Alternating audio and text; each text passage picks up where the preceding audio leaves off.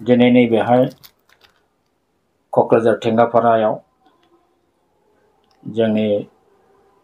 अल बड' senior citizens फरामनि जेनाखि office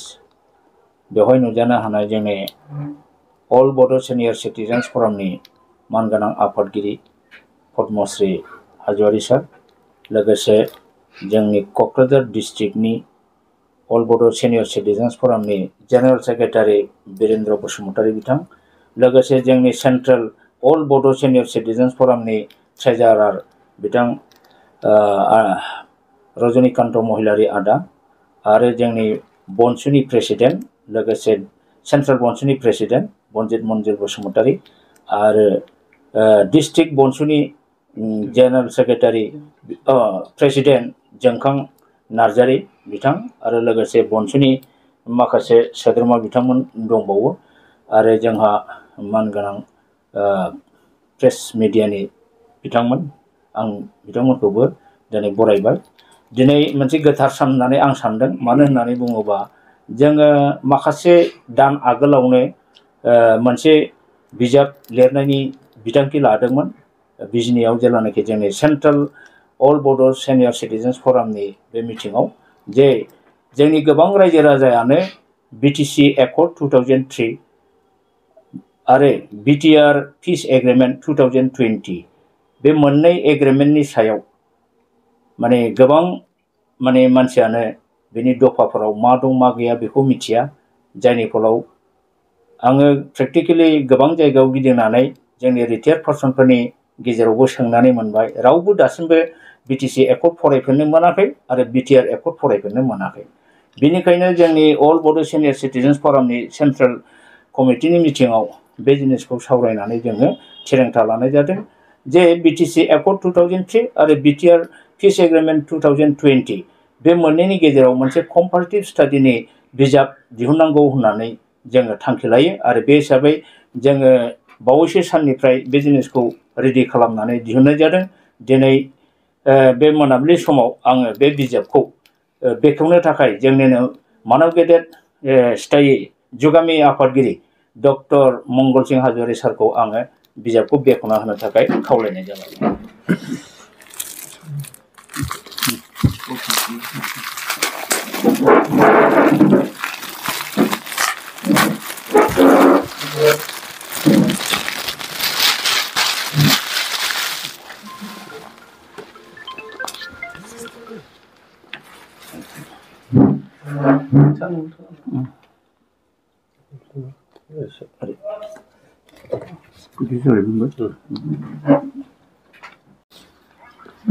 जोंनि दुलाराय बर' बैसोगोरा नोगोरारि आफादनि गाहाय नेहाथारि मुस्रि अमर सिंह ब्रह्मनि खावलायनाय बादियै आङो बे बिजाबखौ बेखेवबाय A comparative study on Bodo Accord on 10th February 2003 and BTR Peace Agreement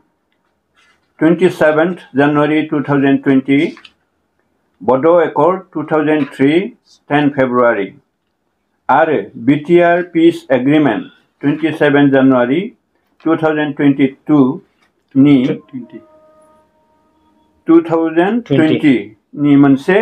जुथायारि फरायथावनाय published by All Bodo Senior Citizens Forum Kokrajhar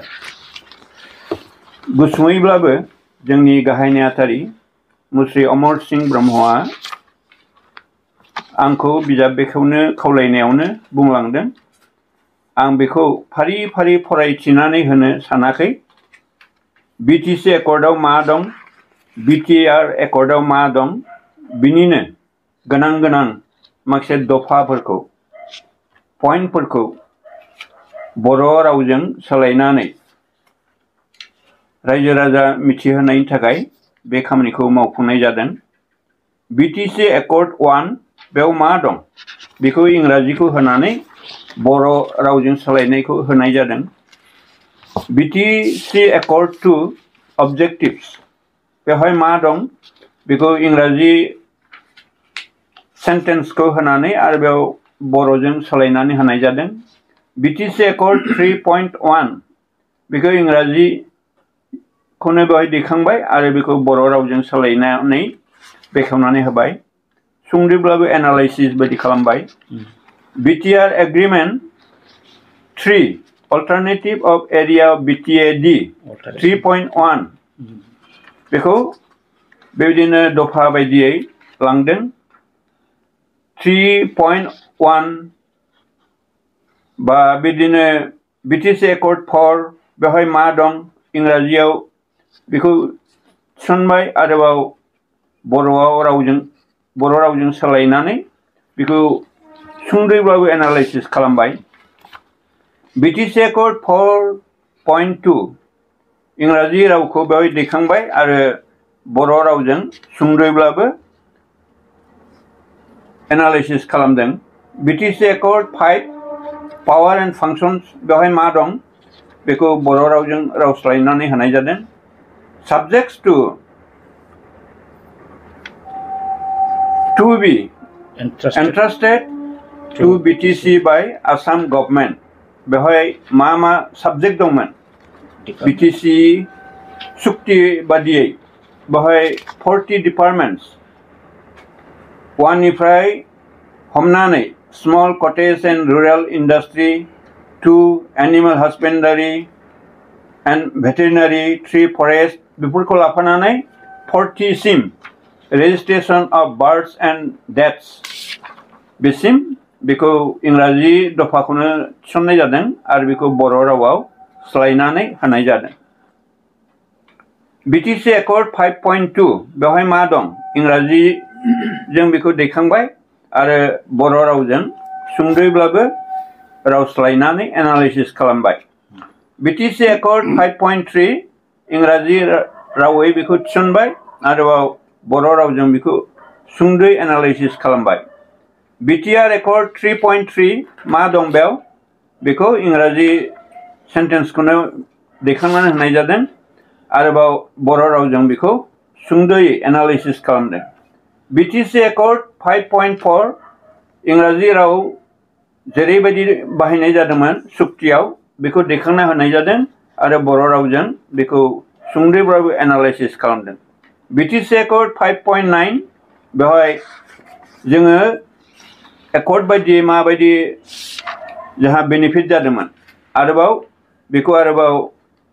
बर' रावजों सोलायनानै एनालाइसिस खालामनानै होनाय जादों BTC Accord 5.10 बेखौ इंराजि राव सेन्टेन्सखौ दैखांना होनाय जाबाय आरोबाव बर' रावजों बेखौ रावस्लायनानै होबाय सुंद'यै एनालाइसिस खालामबाय BTR Accord 4.4 Executive functions of BTC shall be exercised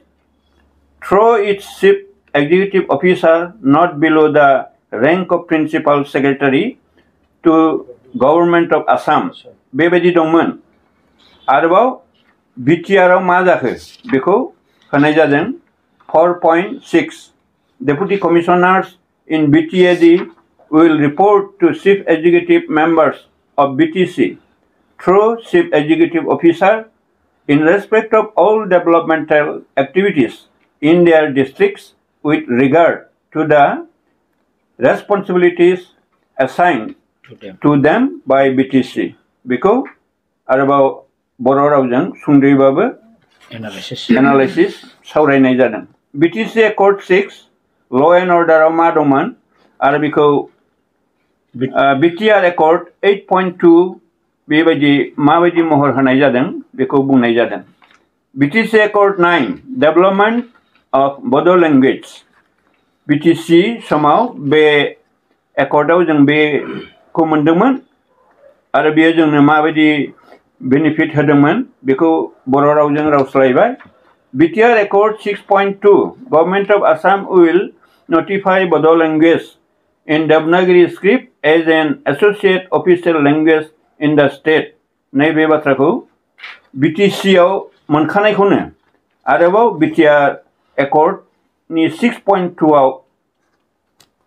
सोफिननाय जादों नाथाय जेबो जोंहा बेवहाय बेनिफिट बा मुलाम्फा गैया BTR Accord 7.2 Government of Assam will take effective measures to protect khas land, grazing land and water bodies from illegal encroachment. बियो दा नैबे BTR Accord बायदियै जोंहा दि खहा एसे जादों बे बाथ्राखौ सुंद'ब्लाबो एनालाइसिस खालामना होनाय जादों